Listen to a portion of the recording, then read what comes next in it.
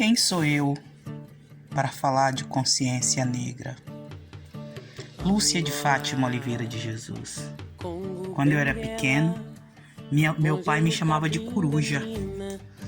Nascida nas imediações de Jequié, uma criança criada na parte cacaueira da cidade, né?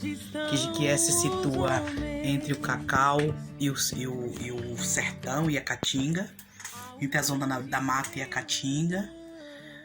Filhas de um pai lavrador e uma mãe costureira e também dona de casa. Os dois não foram alfabetizados, pobres nessa região. Tenho 5 irmãos, sou a última das mulheres, a penúltima filha, só tem mais um irmão menor que eu.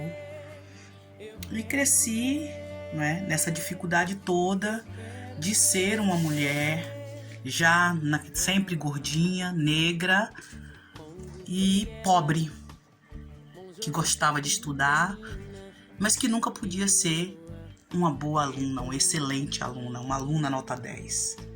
Porque afinal, eu era gordinha, eu era negra e eu era pobre. Pobre?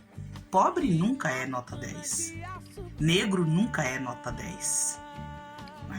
Então, eis que foi nessa dificuldade que essa garota, que a família chamava de Coruja, tinha sonhos, tinha desejo, mas o seu maior desejo mesmo era o desejo de conhecer. Conhecer para mudar.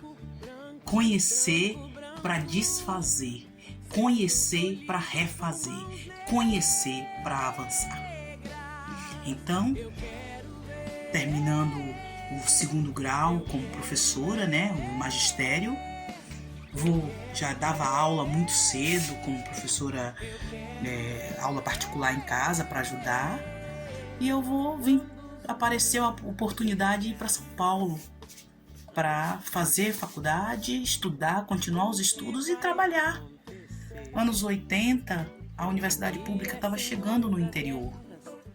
E a gente, pobre, nem sabia que ainda conseguia entrar. Até hoje muita gente não sabe. Mas sim, a universidade pública é para os pobres, para os negros e para os indígenas e toda a população que não vai ter condições de custear uma universidade fora do Brasil, uma universidade paga. Então, foi desse modo que eu segui para São Paulo e lá fiz o mestrado, o doutorado, fui professora por 16 anos na rede pública em todas as periferias de Guarulhos, militei muitos anos no Sindicato dos Professores, na POSP e segui carreira depois com um sonho que eu sempre quis de ir para a USP, mestrado e doutorado. Trabalhei muito, alfabetizei muita gente lá, fiz muita coisa, sofri muitos problemas, não é? Meu sotaque baiano, minha fala nordestina, como diria o poeta, né? Então era isso, e eu não queria esquecer nada disso, eu sempre tive comigo a Bahia. Então me casei, 2 filhos, vivi várias questões. E no momento em que concluiu o doutorado, era hora de bater em retirada. E quando eu retorno justamente para Teixeira como professora, vinda de um concurso, numa região que eu não conhecia, mas de uma região muito bela, que é o Extremo Sul. Muito histórica, muito potente, com muita coisa para ser feita, não é? Um caldeirão de cultura mesmo, um caldeirão gordo de cultura indígena, dos povos indígenas, dos quilombolas, dos povos negros, dos assentamentos. E aqui eu me encontrei com toda essa dificuldade. São 10 anos aqui na UNEB, com muitos projetos nas escolas públicas, muitos trabalhos. Por que precisa de consciência negra? Porque de fato toda essa cultura foi invadida, foi silenciada e foi desrespeitada. De fato, desde a escravidão, desde o período da escravidão, que foi a grande chaga da humanidade, né? a gente vai encontrar um conjunto de práticas sociais que exclui, segrega e preconceitualiza o povo negro. Então, esse povo que construiu o Brasil, esse povo que lutou, que amou o Brasil, esse povo que, como diria Marighella, não tem medo, não teve tempo de ter medo. Então, a consciência negra vem dessa condição de exploração, dessa perspectiva de virada, porque isso não é algo que está somente no ponto histórico, mas está nas nossas práticas até hoje, nas nossas práticas em sala de aula, não é? No esquecimento que se faz ao garoto negro lá na sala que está sofrendo bullying, que alguém está colocando o cabelo da menina, não é? Então, ser mulher negra e ainda sobreviver e fazer valer a vida nessa sociedade é algo difícil.